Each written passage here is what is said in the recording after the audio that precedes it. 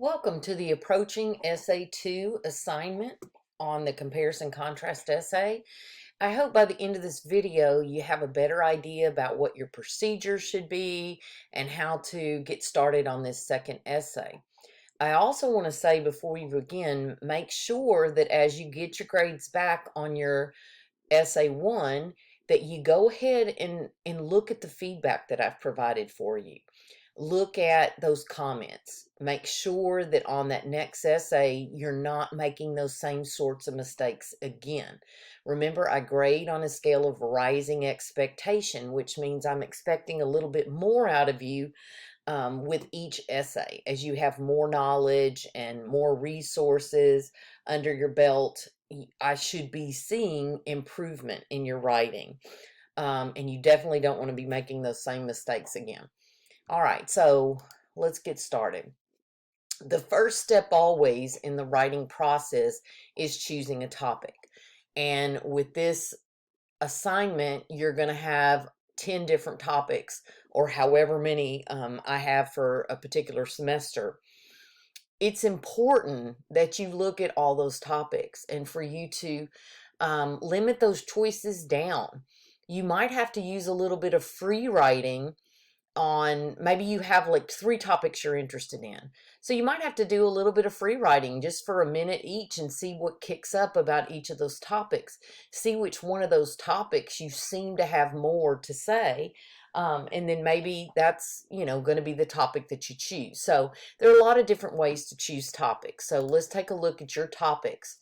So you always want to look at my directives. I'm going to give you some assignment particulars at the top of the assignment page. This one says choose one topic below as the subject of essay 2. Some topics may ask you to compare. Some may ask you to contrast. Some ask you to do both comparison and contrast. And some of these topics may actually let you make the choice between whether you want to do comparison or whether you want to do contrast. No matter which one you choose, you're going to be creating a thesis statement that sets up the main point for the paper while also establishing that big point you want to make by doing this comparing, contrasting, or both. It sets up the purpose, the mission, we've called it, for the essay. Remember that for this essay, and for all comparison contrast type essays, you have got to have a big point that you want to make, which is the reason behind doing this comparison contrast or comparison contrast, right? You'll need to decide for this paper which organizational structure you're going to use for the essay. And we've talked at length about these options: subject by subject, that block method, or point by point, which is also called the alternating method. Remember, the only place that the structure will be different is in the body of the paper. In that body of the paper, I will know whether you are using a subject by subject method or whether you're using a point by point method, just based on the body of your paper and how it's been organized. The final copy of the essay that you submit for grading will be approximately 600 words. So remember, I don't want you to be a word counter. I don't want you to say, oh man, I've got 595. I need to add 5 more words somewhere. That's not what this is about. That 600 words gives you an idea about where your paper should be. If you have 900 words, you have way too many. If you have 400 words, you don't have enough, all right? But if you have 585 words and what you have is awesome and there's no need to go in and add a word anywhere because you've written it concisely and everything's wonderful, then don't sweat about the 15 words. But by the same token, make sure you have elaborated and done everything you needed to do. You could have 600 words that are completely off topic. You could have 900 words that are awesome, but you need to learn how to cut that down closer to that 600 word limit. So remember, part of the challenge of this course is learning to work within the range of words that we expect for a paper. All right, so let's take a look at these topics. Number 1, find a description of the same news event in 2 different media sources. Okay, so some event has happened maybe in the news, and if you were to look at one news source, it might report it in one way versus another media source that might talk about it in a different way. Write a comparison contrast essay discussing the similarities and the differences between the 2 news stories. Now, in our current world, hopefully you've realized by now you cannot believe everything you see, hear, or read. You can go to, a mainstream media source and read an article. And then you can go to a non-mainstream media source and get a very different perspective or reporting of a particular event. So it's a perfect time in our world for you to be able to find these 2 different media sources on the same news event. Now, your thesis statement for a paper like this should establish that big point you want to make by comparing and contrasting those 2 sources that are reporting, the 2 sources is reporting of the news. Look at number 2. Write an essay about a relative or friend you have known since you were a child or since you were much younger than you are now. Okay? Consider how your opinion of this person is different now from what it was back then. Think about an example might be when you're a kid, you might have an image of your loved one, right? Your parent, your aunt or uncle, or a family friend. And you might think that they're a hero or they're invincible or, they would never do anything wrong. Well, as an adult, you might have a different opinion of this person because as an adult, the blinders are off and we see that this person is a human. They are going to make mistakes. We're not always going to agree with their actions or with their words. So you're writing this from the perspective of, an adult, but you are comparing and contrasting the old image you had of this person to the new image you have of this person based on whatever 3 points or criteria you set up. Okay. The big point you're going to make in that essay depends on, what maybe the realization you have. Maybe your big point is even though someone can be a hero in a child's eyes, they can also be somebody who needs a lot of work. Okay, just for something off the top of my head. All right, so that was number 2. And let me go back to something about number 1. Remember that you've got to have that big point you're making about this difference in the reporting of an event. What is the big point you want to make by doing this comparison contrast of these 2 media sources?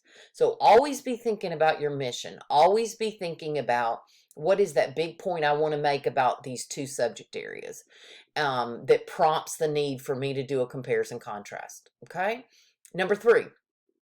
How are the attitudes toward education different among students who work to finance their own education and students who do not? Okay, so in this version of this topic, because there's a couple options here, okay, in this version, you would be talking about, and some of you are these people, you are working a lot because you have to pay and fund your own education. Some of you may not have to work to pay for your own education. And those are there can be very different attitudes toward education based on whether you're funding it yourself or some other entity is funding your education. So you would be, your first subject would be students who have to pay their own education. work and have to pay to fund their own education, and the other subject is students who do not have to work to finance their own education. All right. Now, another version of this topic, you see that capitalized or. How have the attitudes toward education differed among students that work and go to school versus those who do not?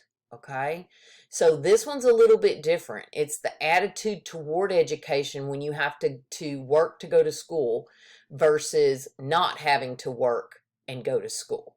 Okay, so the first one is just about financing your own education versus students who get the money from somewhere else, versus a little variation of that is people's attitudes toward education if they work versus attitudes toward education for students who do not work. All right, so again, you need to have, that big purpose. What is your big mission? What is the big point you're going to make by contrasting those two subjects? So, because that one says different, so you would be dealing just with contrast in that one. Okay.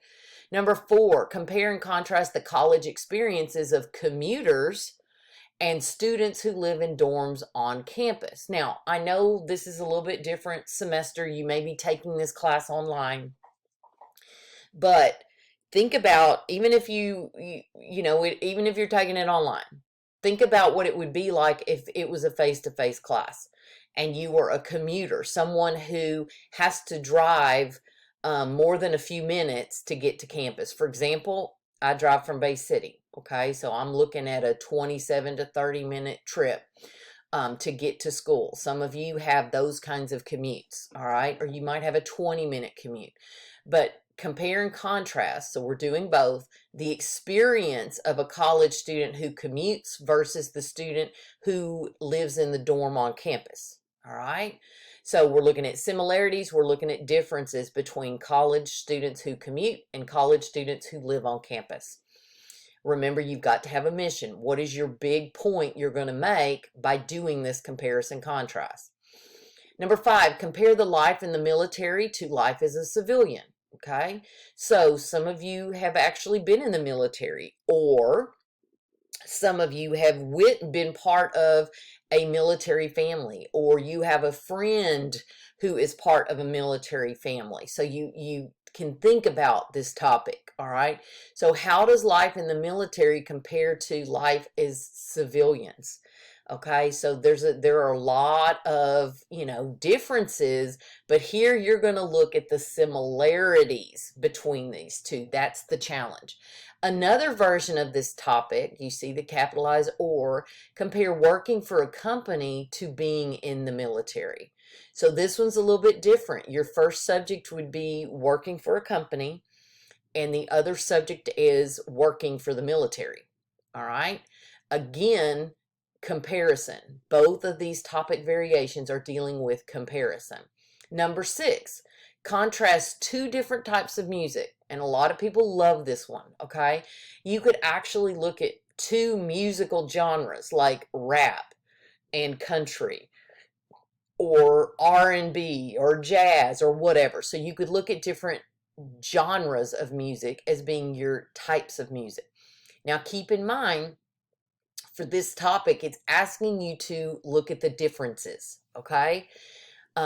So you want to be able to come up with 3 points that are going to allow you to talk about differences, and you've still got to come up with that big point that you're going to use. Now, within a genre of music, there can be those subcategories, right? Those subgenres. Not all country music is country music, right? You've got the, folksy kind of bluegrass country. You've got the old country, classic country, if you will, and you've got the new country. And then you've got the country that's kind of borderline between country and something else, country and rock or whatever. So, if you didn't want to contrast 2 different genres of music, you could actually contrast 2 different types of a particular genre of music. But again, contrast on that one. Keeping in mind, you've got to come up with 3 points that will allow you to show contrast. Those same 3 points going to be used to contrast the 2 different types of music. Also remember, you've got to have that big point. You've got to have that thesis statement. The 7th, excuse me, topic is contrast texting or instant messaging, okay, whichever you want to think of those, to telephone calls. All right. We live in a society where we still have people that would prefer to talk to someone on the phone, and we have other people that would prefer to text or instant message. So this topic is asking you to look at those differences. Look at those differences between texting or instant messaging versus making telephone calls. So again, find those 3 points, those criteria, those elements you're going to use as the basis for contrasting those 2 different modes of communication. Make sure you've got a mission. Make sure you've got a purpose, a thesis statement, if you will, that will set up the need for you to do that contrast and make a point. Number 8, compare and contrast 2 gaming systems. Now, I know some of you are like, yes, this is the topic for me. All right, so let's talk about what we mean by 2 gaming systems, which I doubt I have to explain this for you gamers out there. So for this topic, first of all, you are going to compare and contrast. You're doing both. So you've got to think of those points that will allow you to talk about 2 very different gaming systems. You might look at the Sony PlayStation, whichever number. You might look at the Xbox, okay? You can choose any 2 gaming systems. If you want to think of, there are people that game on the computer. So if you wanted to talk about, you know, the computer versus one of the gaming systems that are the popular gaming systems that people buy particularly for gaming, that would be fine as well. Remember, it's a comparison and contrast. So you'd have to pick 3 categories that you're going to use as the basis for comparing and contrasting these 2 gaming systems. Think about it as, you know, we had the examples in our initial lecture. We had those examples about, you know, what kind of things would you look for if you were choosing which one of these systems to buy. You know, keep that concept in mind maybe as you're picking the 3 points you're going to use to talk about both gaming systems. Another option on this topic, you see the capital OR, is 2 video games. So you could analyze, compare, and contrast 2 different particular video games, all right? Now think about what you need to do. They need to have some similarities, but they need to have differences because you're going to be talking about comparing and contrasting, right? So don't pick 2 video games that are so different that there are no common areas. Be careful about those 2 video games. Some people like to choose, you know, 2 sport video games or 2 zombie video games or 2, you know, war combat kind of games. All right. There will be similarities, but there will be differences. But again, you know way more about gaming than I do. So you make that choice. Again, you've got to have those 3 criteria, those 3 points that you're going to use as the basis for that comparison contrast. And you've got to have that big thesis statement that sets up the purpose, the whole point, the mission behind doing this. Number 9, compare and or contrast. Okay, so this is one of those topics. You could either just compare the 2 subjects, or you could contrast the 2 subjects, or you could choose to do compare and contrast. The decision is yours on number 9. The 2 things that we're taking a look at in that one are social media relationships as compared to face-to-face relationships. So we live in a world where, especially with social distancing and everything that we've experienced over time, a lot of people start off with an online relationship or relationship through social media of some sort, as opposed to face-to-face relationships. I read an article not long ago that talked about the current trend is to start getting to know each other online before you ever meet face to face.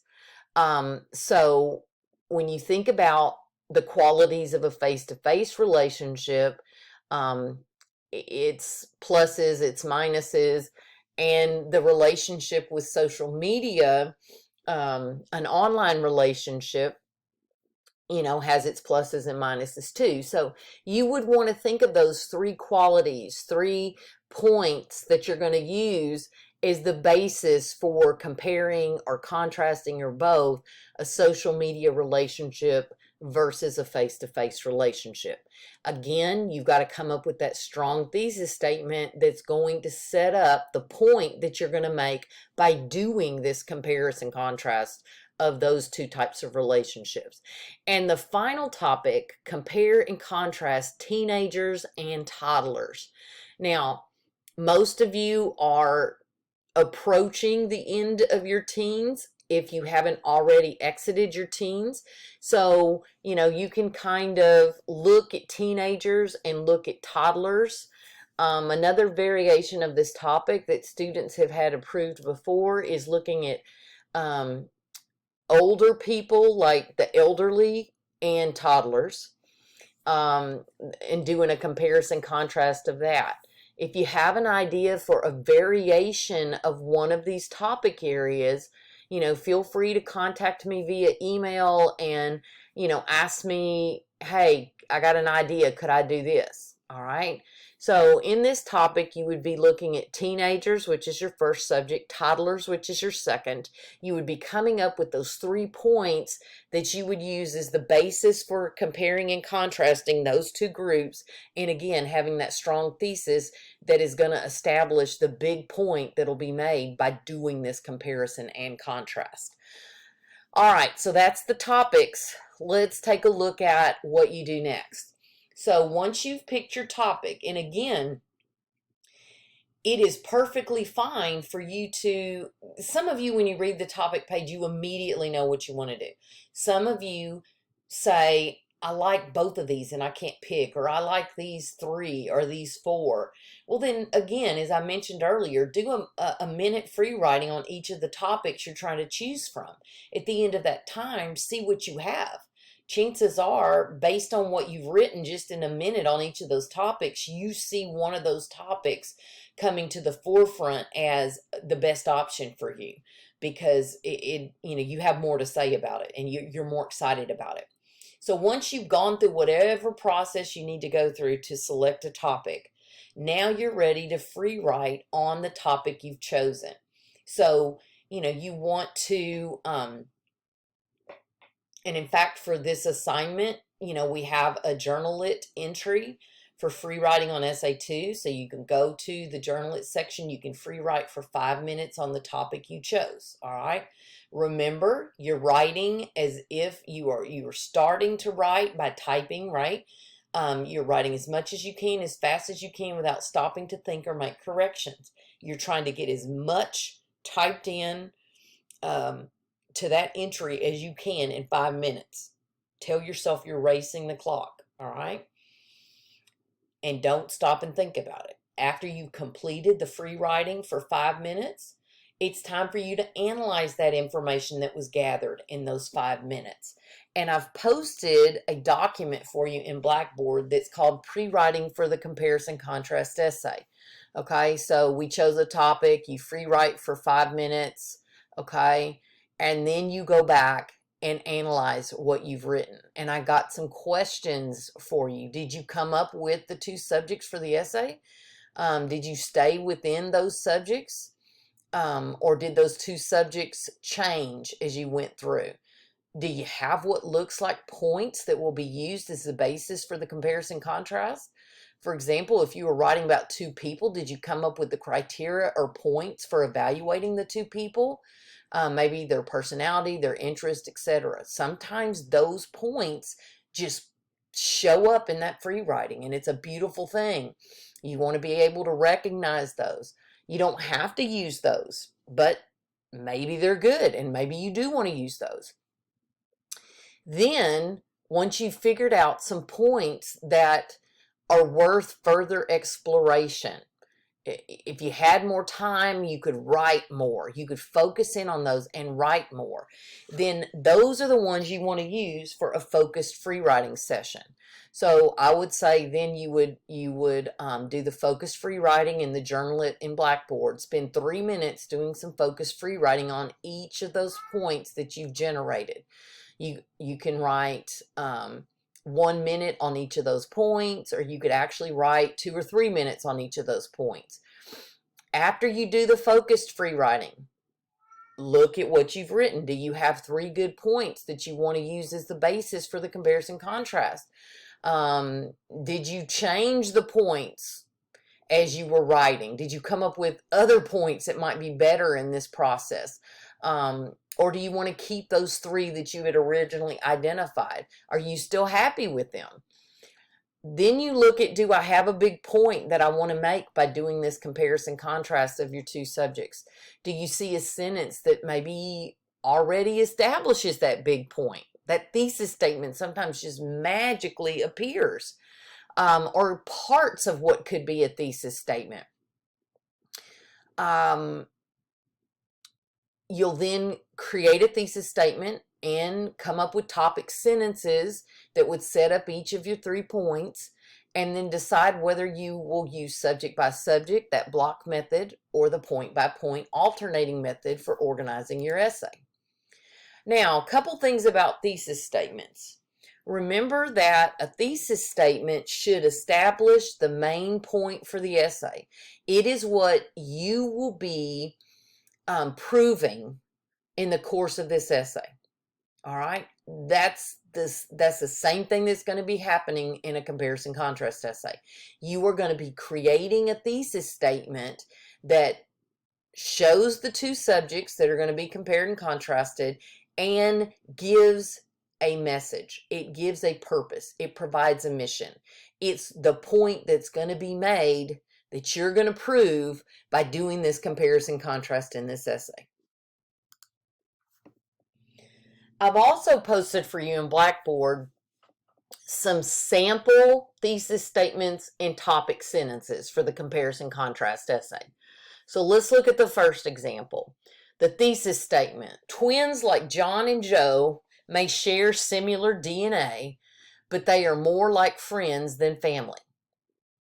All right, so in this one, we can see that we're going to be talking about the similarities between 2 people, but also proving that they are more like friends than they are family. So that's the big point being made. Point 1 for comparison and contrast will be personality. Point 2 will be intelligence. Point 3, interest. And so from those points, we can actually create those topic sentences. All right. This would be a point by point. Each of these reflects a point by point paper, one that's going to talk about each point individually. So remember, I told you that that's one of the easiest ways for so many students to format this paper instead of using the subject by subject. The point by point will establish in each body paragraph, they will establish a new point, and then they will do their comparison and contrast of those 2 subjects based on that one point in that paragraph. Then moving to the next paragraph, they take up a new point. They compare and contrast between those 2 subjects based on that particular point. And the same for the third body paragraph. Establish point 3, do a comparison contrast between the 2 subjects based on that point. So in this one, we have for personality, you see a topic sentence. Although John and Joe may look alike, looks are deceiving. Okay, so this paragraph is establishing that their looks are similar, but looks are deceiving when it comes to personality. In the second one, on intelligence, when it comes to brains versus brawn, these 2 brothers weigh in differently. Okay, so this one's going to talk about intelligence. And the third topic sentence on interest, what would you like to do, becomes a difficult question when these 2 are around. So notice what happens in each of these topic sentences, okay? number one, they are not targeting one subject and not the other. You have to set up that point for that body paragraph in a point by point format. You've got to set up that topic sentence where whatever that point is applies to both of them. You're not just targeting one person, because that topic sentence is the main idea for the paragraph. The main idea is for you to compare and contrast on personality. Okay, so that topic sentence has to not just target one of these subjects, and it has to set up that point so that there's a need for that. Notice this also, each of these topic sentences has creatively set up the topic for the paragraph. Instead of just saying intelligence, okay, this student has said when it comes to brains versus brawn, which is strength, these two brothers weigh in differently. All right, so brains would refer to intelligence, and so this was kind of a creative, interesting way to set up the point for this paragraph. The interest, that age-old question, what do you want to do? I don't know. What do you want to do? That we all go through. The concept that this becomes a difficult question when these two are around, okay, which is alluding to that idea that they have different interests, right? So you can get a little creative. Just make sure you are setting up the point for the paragraph. Let's look at the second example. Here's the thesis statement. Learning to make the decision that is right for the individual is a crucial perspective when determining the right college. So we know from this thesis statement that this paper is going to be about two different colleges and that choice between the two. And we know that the big point being made is that making that decision shouldn't be taken lightly. It's crucial when determining the right college. All right, so the points for this one are cost, degrees or programs offered, and class size. Notice the topic sentences. One factor to consider is affordability. Well, affordability is a nice way to say cost. And so instead of us just saying cost, we have that nice way of referring to cost. Another important factor, notice the another, we've said one, now another, so that helps the transition into the second point. Another important factor is the degrees offered by the college. Okay, so that sets up point two. Point three, topic sentence. One final consideration is a student to teacher ratio. So instead of saying class size, we said student to teacher ratio, which is class size. Okay, you could be in a college class with 300 people, or you could be in a college class with 30 people. So class size is that student to teacher, how many students per teacher ratio. Let's look at the third example. The thesis statement, whether it's a talking camel reminding people it's hump day, or a baby using technology to day trade, advertising campaigns not only influence our views of a product, but also our attitudes about certain parts of society. So this one is talking about advertising campaigns, all right? And so the two subjects are those two ad campaigns, right? And by looking at those based on the points of the reactions of people, the attitudes about authority, and the intelligence of members of society, this person is going to make that big point that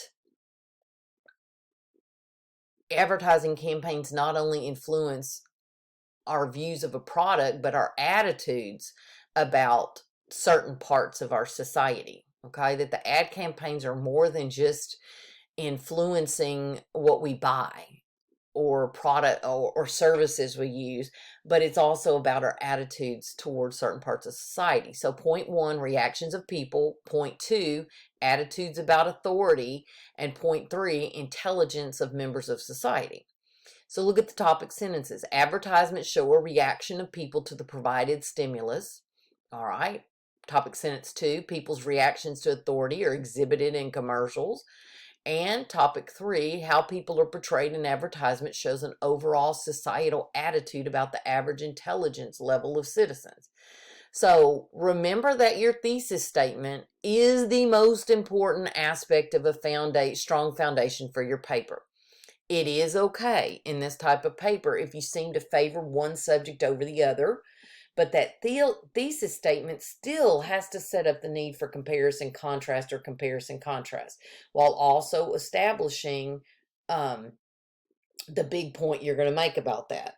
Remember that you have to have 3 strong points, 3 points that will be used as the basis for comparing or contrasting or comparing and contrasting those 2 subjects. And how you present those points are important.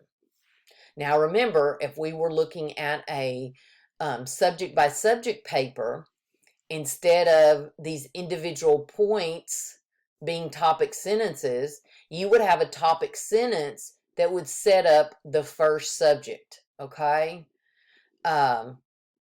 Like John is a unique person, okay? And so you would talk about John in reference to personality, intelligence, and interest. Then you would go to your next body paragraph where you would talk about Joe. Joe is also an interesting individual. And then you would talk about Joe in reference to those same 3 points that you used for John: personality, intelligence, interest. Because remember, that block or subject by subject method handles one subject, in this case one person, at a time.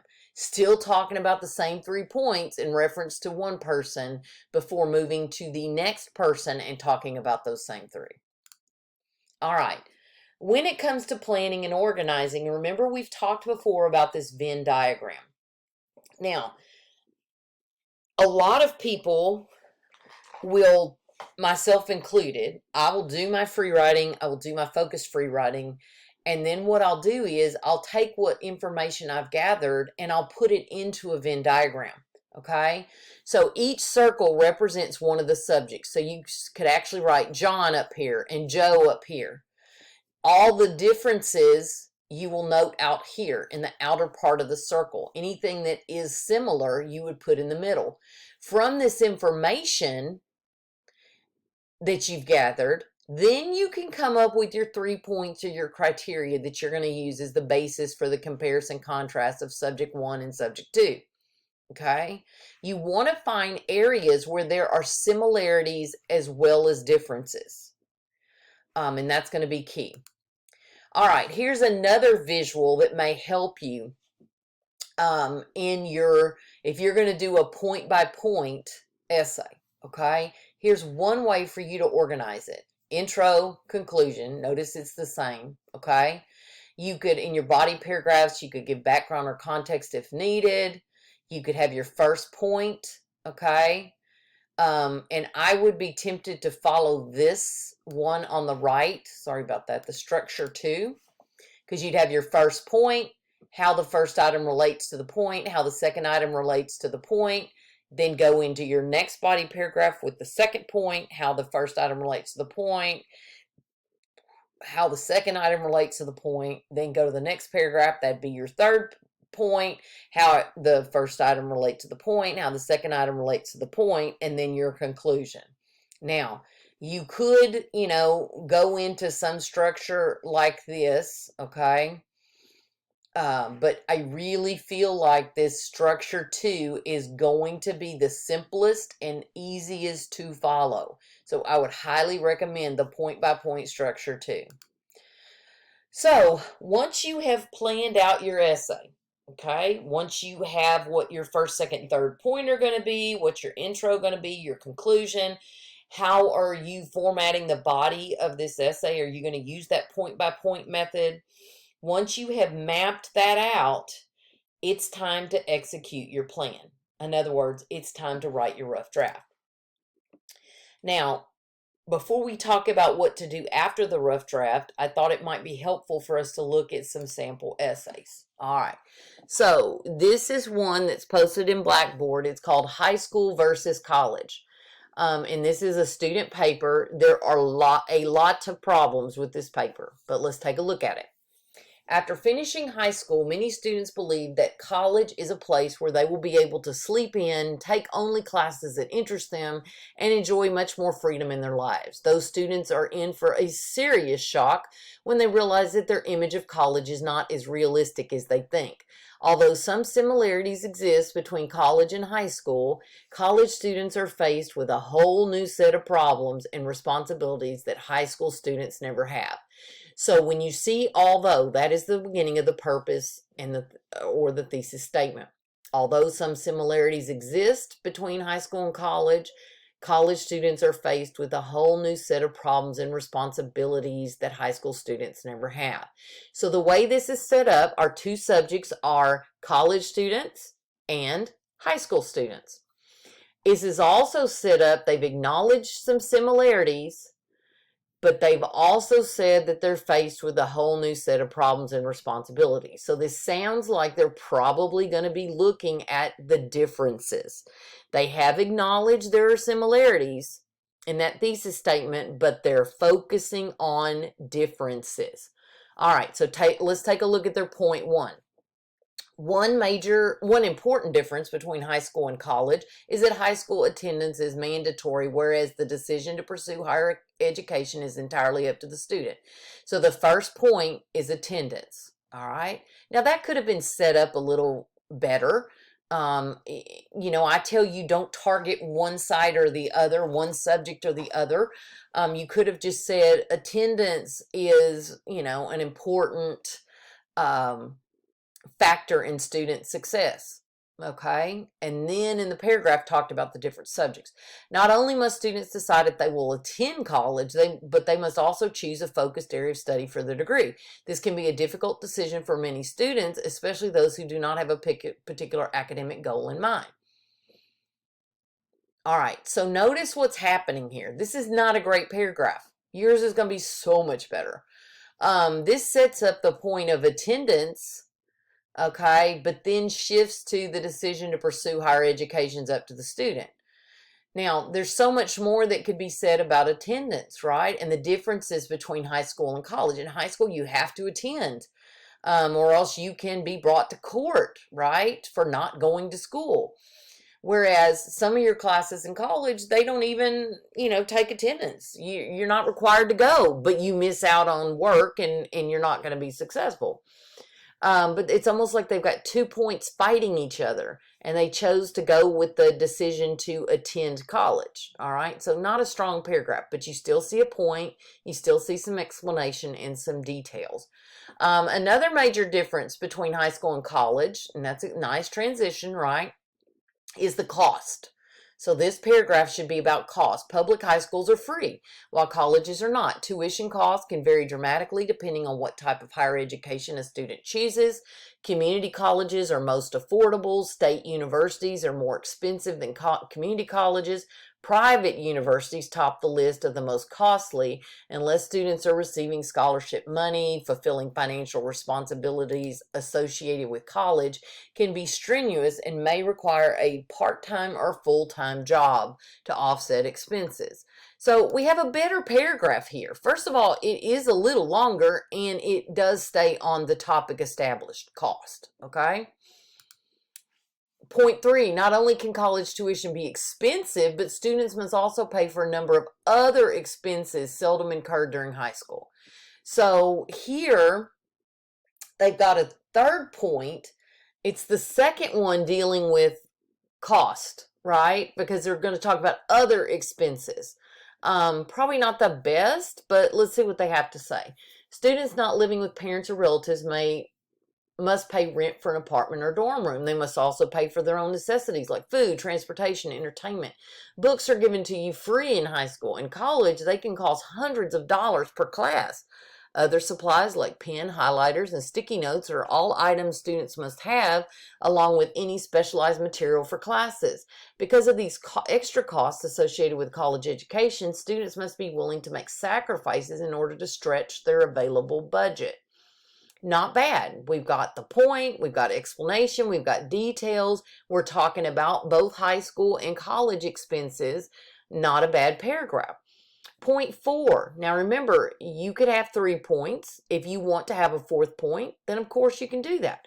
College students must not only make sacrifices and take on more responsibilities than high school students, but they must also be accountable for their own actions. So this is that paragraph about responsibility. Students no longer have someone to make sure they do their homework or get up on time for class. Many new universities students squander their newfound freedoms by failing to attend class or turn in assignments on time. Personal accountability is another duty that college students must be more aware of than high school students.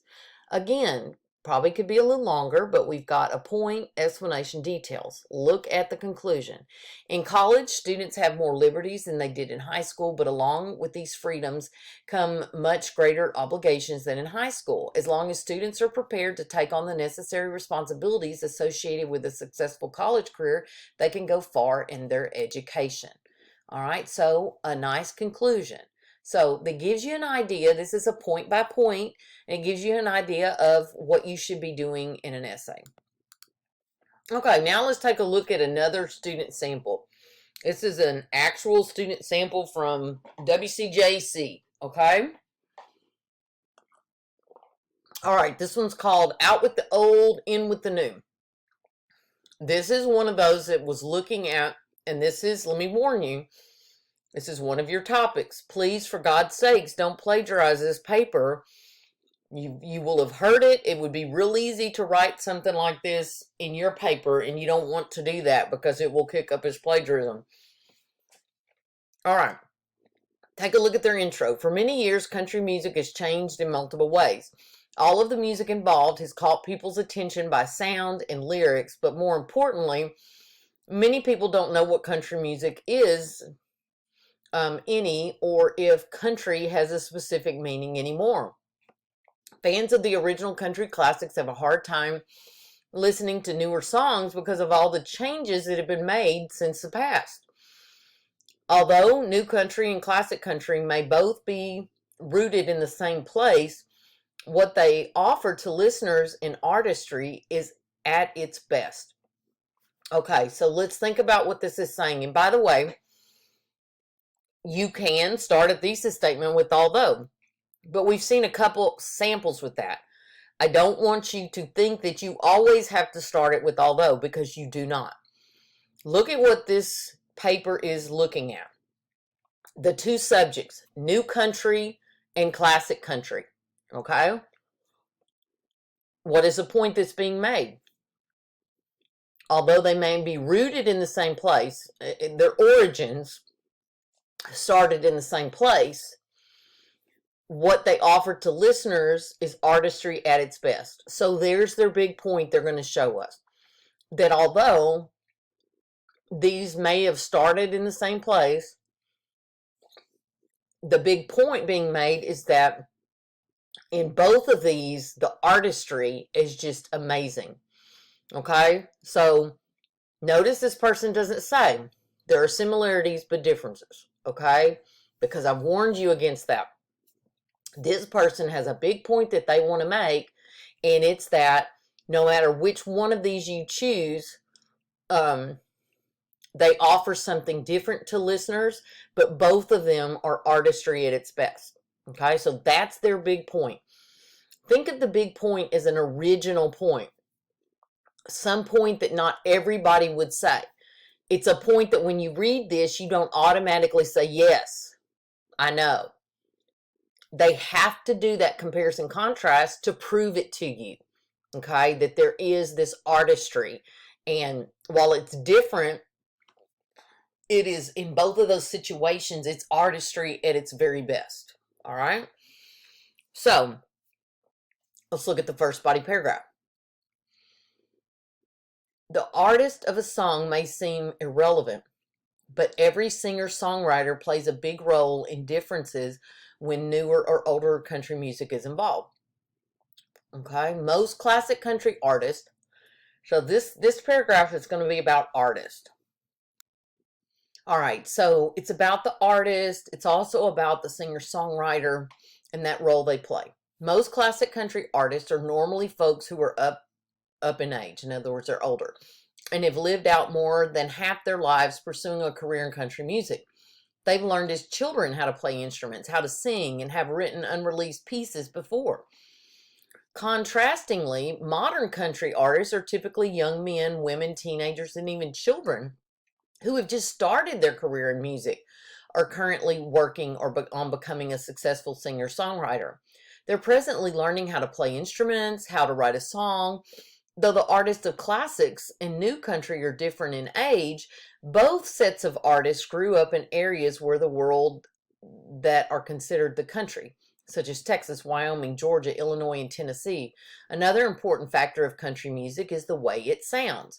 So notice how this student likes to close off this body paragraph by providing a transition into the next point.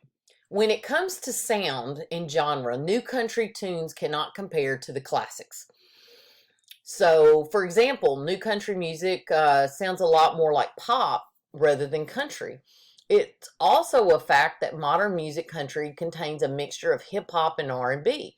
Today's country hits use instruments that include technology to give an upbeat sound to each song. Instruments such as auto-tune and turntables were normally used for hip-hop or pop, but now they're used for country music, which made it sound like pop.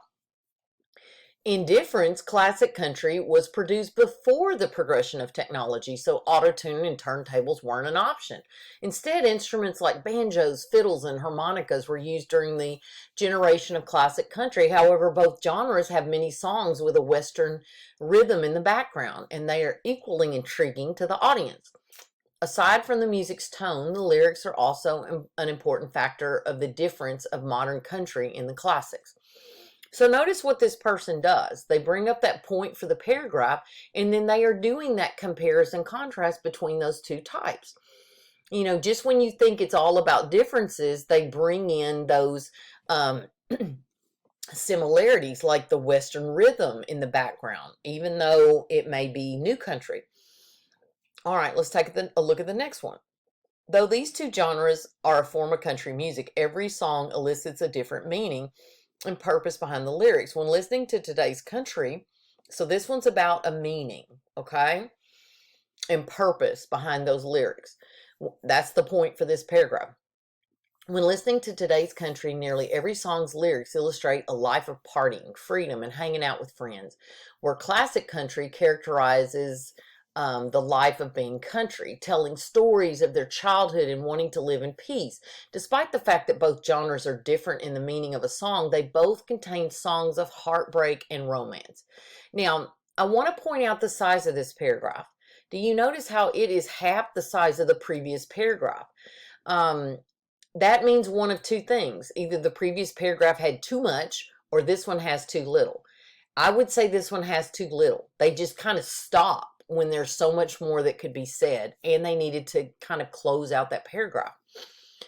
With that being said, modern country and classic country do come from the same place, but they still have many differences. From singers, songwriters, genres, and the purpose of a song, between them they each offer different choices for the audience's entertainment. Country music doesn't necessarily mean that the musician has to be from the South or the music has to have a bluegrass beat to it. Now that country music has changed the production of melody, it can encourage more people who enjoy listening to hip hop, R&B, and pop to listen to country and gain their appeal. Now let's go back. Remember our thesis statement. Although new country and classic country may both be rooted in the same place, what they offer to listeners is artistry at its best. Has this person proven that point, that they're different, but they offer to listeners an artistry at its best? Yes, this person has done that. They have proven, they have supported that thesis statement point through the comparison and contrast of those two, through the comparison and contrast of those two subjects based on those 3 points. So hopefully it's starting to click. Hopefully you're starting to see what you need to be doing when it comes to having two subjects having 3 points that you're going to use to compare or contrast those two subjects, and how you need to have that strong thesis that sets up the mission. It sets up the whole point that you're going to prove by comparing and contrasting. All right, so let's go back to our writing process, okay? When last we spoke about this, right, we had talked about once you have a plan for the essay, it was time for you to write the rough draft. And now you have written your rough draft and the real work starts. This is the part that no one likes. It's revising and editing. So let's talk about revising first. Remember, with revising, we are looking at big issues. Big issues do not include spelling, capitalization, and punctuation. Those are the things you used to worry about first. And it was ridiculous because you might have gone off topic. You might have to delete some things from your paper, and they may have been perfectly grammatically correct because you worried about that too soon. But you wasted your time because now you've got to write more. So with revising, the big issues would be reevaluating your thesis statement. A, do I have a thesis statement? Does it really set up the point that I want to prove by doing this comparison contrast? Your supporting ideas. You know, have you set up your format correctly? Have you chosen subject by subject block format? Or did you choose point by point alternating format? Have you really done a comparison or contrast, excuse me, of each subject based on those 3 points? Those are big issues when it comes to supporting ideas. Do you have enough support? Remember, we saw the paragraph that was half the size of the other paragraph in that student sample. Make sure you have enough support. On topic versus off topic. Have you been following your mission to compare and contrast those two subjects based on the same 3 points? Or have you been veering off that subject or gotten away from your mission or your purpose? Clarity of meaning is another really important part to assess during revising. Is what you've written making sense, or is there something missing that was needed for clarification? Is your comparison contrast of the two subjects easy to follow, or is it confusing to a reader? And then, of course, sentence structure. You do not want to have major sentence structure problems. So if on your previous essay, I noted that you had a fragment or a run-on or a comma splice, those are major sentence errors, and those are going to start costing you. Okay, those are big point deductions. So evaluate your sentence structure. Are your sentences really sentences instead of fragments, run-ons, or comma splices? Now, if you find, for example, that you're off topic, okay, you're going to have to delete some things out of that rough draft, and you're going to have to replace it with some accurate on-topic information, which means you might have to go back to pre-writing to generate some ideas on what you can replace it with. Okay, it also means that when you get finished writing that segment, you better go back and make sure that you've got supporting ideas. Make sure it's clear. Make sure your sentences are good. Okay, so you could be going backwards in this paper process, and that's okay, because remember our goal. We are trying to revise this paper and get it as fabulous as we can before we turn it over to somebody else. Once you've done everything you can to revise, it's time to let someone else look at your paper. You have 2 very important resources that you can use. One is to let a peer look at your paper. I'm going to be setting up the ability for you to have someone else look at your paper. All right, and look for information from me about that. By getting a peer to review your paper, this is a key to finding some mistakes you missed. None of us sit down to write a paper and say, you know what, I'm going to make 5 mistakes. I'm going to have a couple fragments. I'm going to get off topic. No, we didn't mean to make those mistakes. And because they were our mistakes, it's harder for us to find them. So having someone else that's a peer look at your paper, sometimes they spot things that you missed. And then, of course, there's our friend Smart Thinking. I know we had some logistical problems last time, but it is still an extremely valuable resource for you to use. Getting that online tutor who has way more education than you do look at your essay is a huge factor in you finding additional mistakes. So you could get a peer to look at your paper, make some changes, then turn it into Smart Thinking, or you might submit it to Smart Thinking, and in the time that you're waiting to get a report back, have a peer look at it. Either option's fine with me. After you have completely revised this paper, then it's time for you to edit, and that's where you're looking at smaller issues. This is that next to the final step of the writing process, and it's really important. You do want to make sure that you've solved all the smaller grammatical issues like spelling, capitalization, punctuation, all kinds of mechanical issues. Once you're done with editing, and this paper is just amazing, you want to do that last look. You want to go through proofreading. That's the final step of the writing process. Here you're looking for typos. You're also looking for any small previously missed mistakes. Put that paper aside for 24 hours after you have completely revised and edited. Come back to it before you submit that paper. You'll be surprised. You will see things with fresh eyes, and you will find those typos or other small mistakes. So that brings us to the end of our discussion of choosing a topic and what to do in the pre-writing process and how to get to the place where you write a rough draft and you revise and editing. And it's time for you to get started on Essay 2. So do your best and follow all those directives of the assignment. Remember to look at that assignment page and make sure you're following all of those guidelines for that assignment. Also, make sure you use all the resources that are available to you in Blackboard. We're in Unit 2, Comparison Contrast, and in that Comparison Contrast essay folder, you're going to find a lot of tools that you can use. So get started. Good luck. Follow the order and make sure you're doing what you need to do. And hopefully this paper process will, be a good one. Thank you for joining me.